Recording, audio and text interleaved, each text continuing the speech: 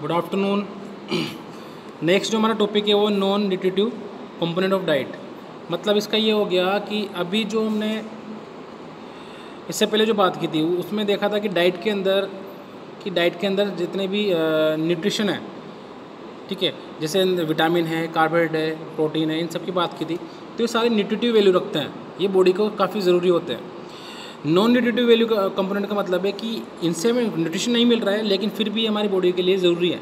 वो किस तरह से ज़रूरी है वो समझ लेते हैं, ठीक है। समझ में आ जाएगा कि किस तरह से नॉन न्यूट्रिटिव क्यों बोला है इनको, ठीक है। Non nutritive component of diet are those component which do not contribute to provide energy और कैलोरीज। बात समझ में आई। इनका फंक्शन नहीं है कि कैलोरी या एनर्जी वगैरह नहीं प्रोवाइड नहीं करवा रहे हैं। तो फिर क्या काम है इनका? रफेज ऑफ फाइबर, ठीक है, roughage of fibre, water, colours, flavour, pesticides, residues, ये सारे क्या कहलाते हैं? Non nutritive component of diet कहलाते हैं। रफेज हम जानते हैं, जो फाइबर फूड होता है, जो फाइबर्स होते हैं फूड के अंदर, जो फाइबर्स होते हैं फूड के अंदर जो फाइबर होते हैं उन्हें रफेज बोलते हैं, जो डाइजेशन में हेल्प करता है। तो रफेज जनरली जो फाइबर होते हैं वो जनरली डाइजेस्ट नहीं होते हैं, ना उसके अंदर कोई न्यूट्रिटिव वैल्यू होती है, बस ओनली डाइजेशन में हेल्प करते हैं, ठीक है। Are among tens of thousand of the non nutritive component of diet और food. As a matter of fact, there are a lot of non-nutritive components of diet which can be identified easily.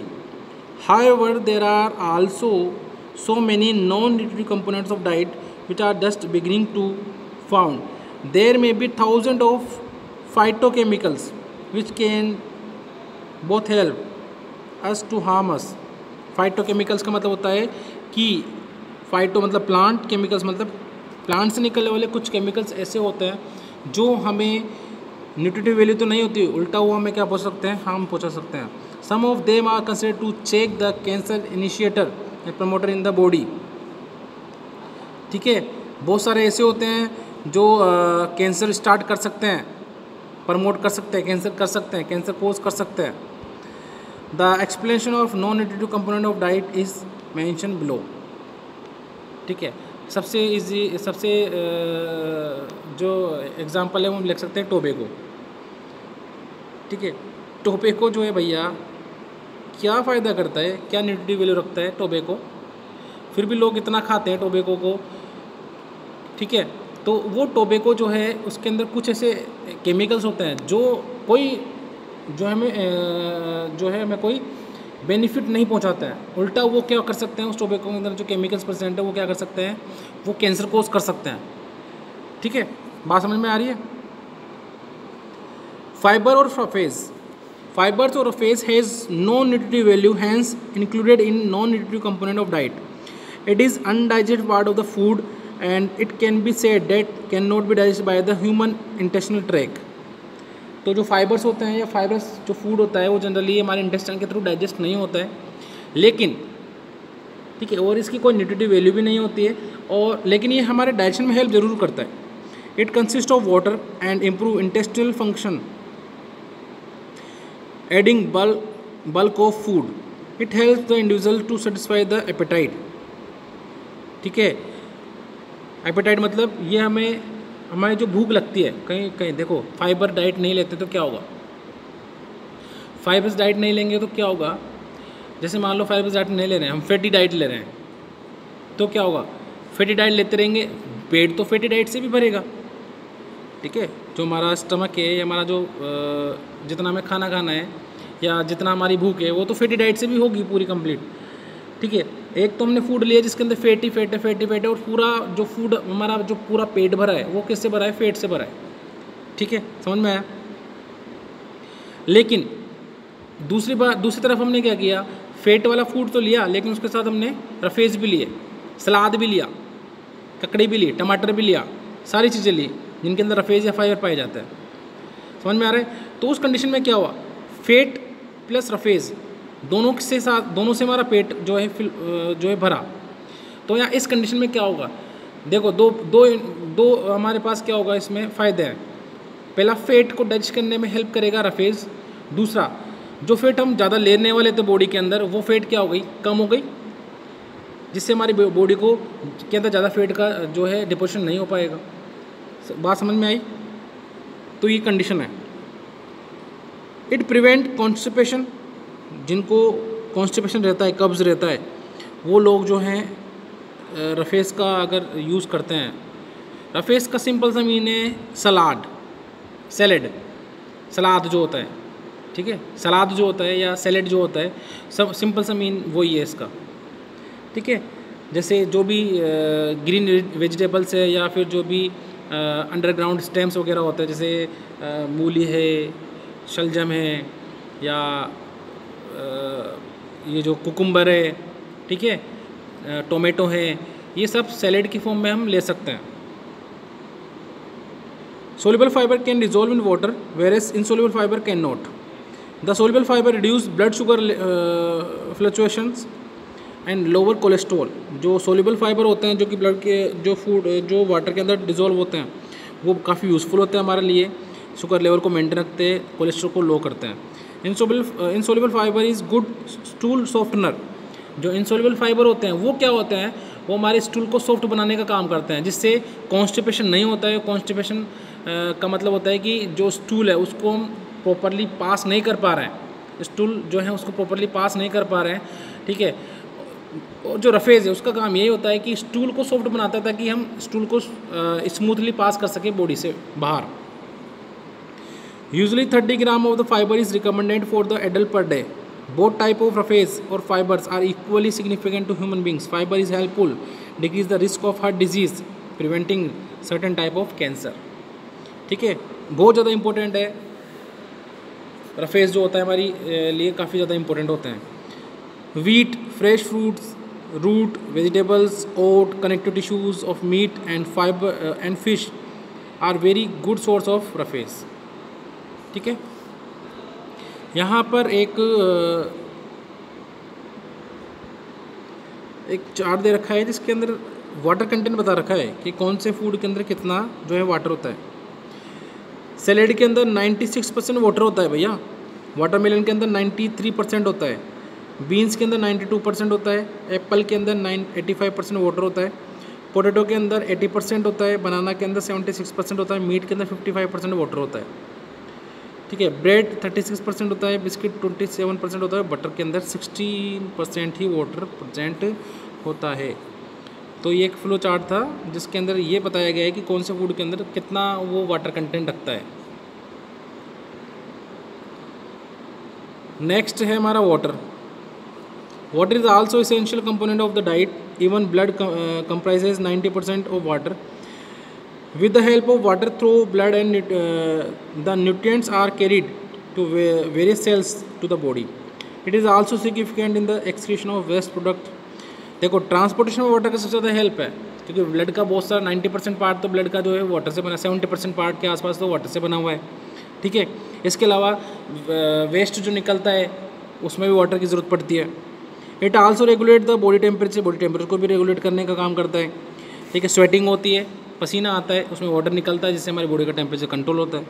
Are body loss approximately 2% of our body weight as water per day. We recoup this loss of water by drinking water and by take food substance. It also function as a lubricant, keeps the skin moist, protect the body from soap. Generally about 20% of water intake comes from food and remaining intake comes from drinking water। ठीक है, तो बोल रहा है कि about 20% of water intake comes from the food. 20% जो water की need है हमारी बॉडी की वो फूड से कंप्लीट हो जाती है। देखो, अभी अभी हमने देखा है कि फ्लो चार्ट के अंदर कि सैलेड के अंदर 96% वाटर प्रेजेंट होता है। ठीक है, तो ज़रूरी नहीं है जो हम वाटर ले रहे हैं, लिक्विड फॉर्म में जो वाटर ले रहे हैं उसी से हमारा वाटर की जो नीड है वो कंप्लीट होती है। फूड के अंदर भी जो वाटर प्रेजेंट है उससे भी वाटर की नीड क्या होती है, कंप्लीट होती है। ठीक है, it is excreted from the bodies various form such as urine, faeces, sweating and water vapour in the exhaled breath. ठीक है, तो अलग अलग जो है फॉर्म में वाटर जो है हमारी बॉडी से रिलीज़ किया होता है, एज अ वेस्ट रिलीज़ किया जाता है। जैसे यूरिन है, यूरिन की फॉर्म में वाटर के साथ क्या निकालते हैं, हमारा जो नाइट्रोजन वेस्ट है उसको बाहर निकालते हैं। ठीक है, फीसेस है, स्वेटिंग है, ठीक है। स्वेटिंग क्या है? मिक्सअप है, जो कुछ आयंस हैं प्लस, जैसे आयंस मतलब सोडियम है, NaCl आयन, NaCl है, उसका मिक्सअप है, ठीक है। और water vapour in exhaled breath, जब हम ब्रीथ करते हैं, मतलब जब हम एयर को बाहर निकालते हैं तो उस कंडीशन में जो है वाटर वेपर भी जो है बाहर निकलती है, ठीक है। नेक्स्ट हमारा कलर कंपोनेंट्स या कलर कंपाउंड्स। द फूड और diet is prepared more appetising and attractive to see the wide reflection of colour made possible through pigments, ठीक है। हमारे फूड के अंदर कलर कंपाउंड परसेंट होते हैं, हम देखते हैं कई जो है फूड हमारे अलग अलग कलर के फूड हमें दिखाई देते हैं, ठीक है। कई फूड्स के अंदर कलर भी डाले जाते हैं, ठीक है, तो उन कलर्स को खाया जाता है, एडिबल कलर होते हैं वो, जिनको हम खा सकते हैं, ठीक है। लेकिन वो उनके अंदर कोई न्यूट्रिटिव वैल्यू नहीं होती है, उनकी कोई न्यूट्रिएंट्स उनके अंदर प्रेजेंट नहीं होते हैं। Natural pigments are found in fruits and vegetables. Natural pigments तो हम समझते हैं, जैसे अलग अलग तरह के फ्रूट्स होते हैं जिनका कलर भी अलग क्या होता है, अलग अलग। जैसे टोमेटो है, टोमेटो कैसा होता है? रेड होता है, ठीक है। कई ग्रीन वेजिटेबल्स होती हैं, ठीक है। अगर हम ब्रिंजल की बात करें तो उसका कलर अलग होता है। तो मतलब ये जो है सब पिगमेंट्स की वजह से हैं, लेकिन पिगमेंट्स हमारे लिए कोई ज़्यादा न्यूट्रिटिव वैल्यू नहीं रखते हैं। The colour from animal product and grains are less bright. There are various colour of fruits and vegetables such as red, orange, yellow, green, blue and cream. Flavor compounds. The flavor are derived from the both nutritive and non-nutritive compound of food. Sometimes it become very difficult to know the source of specific flavor. An acidic food provide sour taste and the alkaline food provide bitter taste. ये तो हम जानते हैं, 10th class में पढ़ा है हमने। Plant compounds. In addition to color compounds and flavor compounds, there are some plants which contain other non-nutritive substance. ठीक है भाई, कलर कंपाउंड और फ्लेवर कंपाउंड के अलावा भी प्लांट के अंदर कुछ कंपाउंड ऐसे हैं जो कैसे हैं, नॉन न्यूट्रिटिव कंपाउंड्स रखते हैं। When these substance are ingested they may have beneficial और हार्मफुल इफेक्ट। प्लांट जो है, जैसे अभी मैंने टोबैको की बात की, टोबैको जो है उसके अंदर कुछ ऐसे केमिकल्स होते हैं जो हमारी बॉडी को बिल्कुल भी सूट नहीं करते हैं, या हमारी बॉडी के अंदर डिफरेंट जो है कैंसर कोज कर सकते हैं, ठीक है। कैफीन है, जो ड्रग्स हैं, प्लांट से निकलने वाले जो ड्रग्स हैं, जो हमारी बॉडी के लिए न्यूट्रिटिव वैल्यू तो नहीं रखती है, बाकी हमारी बॉडी के लिए क्या कर सकती है, नुकसान कर सकती है, हमारी बॉडी को और ज़्यादा जो है हार्मफुल इफेक्ट डाल सकती है। There are many compounds that inhibit cancer. बहुत सारे ऐसे कंपाउंड भी जो कैंसर को इनहिबिट भी करते हैं, रोकते भी हैं। There are also number of harmful substance in plant which have harmful effect in if ingested in excess. ज़्यादा अमाउंट में अगर इस तरह के सब्सटेंस लेते हैं तो हमारी बॉडी को क्या कर सकते हैं, हार्मफुल इफेक्ट डाल सकते हैं। Caffeine is such example if it taken is excess quantity. Caffeine जो है, जो हमारी चाय कॉफ़ी वगैरह होती है उनके अंदर कैफीन वगैरह पाया जाता है, तो उसकी बात कर रहा है। इट में भी increase heart rate, secretion of stomach acid and urination. बोलते हैं कि जो ज़्यादा चाय पीने वाले हैं तो उनको एसिडिटी की प्रॉब्लम ज़्यादा रहती है। क्यों रहता है भाई? क्योंकि कैफीन होता है जो कि एसिडिटी कोज करता है, इसलिए बोला जाता है कि चाय जो है वो कम पीनी चाहिए, ठीक है। इस तरह से कंडीशन आ सकती है। मतलब ये जो कंपाउंड्स है प्लांट के, ये न्यूट्रिशन वैल्यू उनकी इतनी नहीं है, ये अगर एक्सेस अमाउंट में इनको लिया जाता है तो ये हमें हार्मफुल इफेक्ट भी शो कर सकते हैं, ठीक है। तो ये थे हमारे नॉन न्यूट्रिटिव कंपाउंड जिनका न्यूट्रिशन वैल्यू बहुत कम होती है, ठीक है, लेकिन फिर भी हमारी बॉडी के लिए जो है हेल्पफुल होते हैं बहुत सारे प्रोसेस के अंदर। ओके, नेक्स्ट हम बात करेंगे eating disorder, anorexia nervosa and bulimia. Okay, thank you.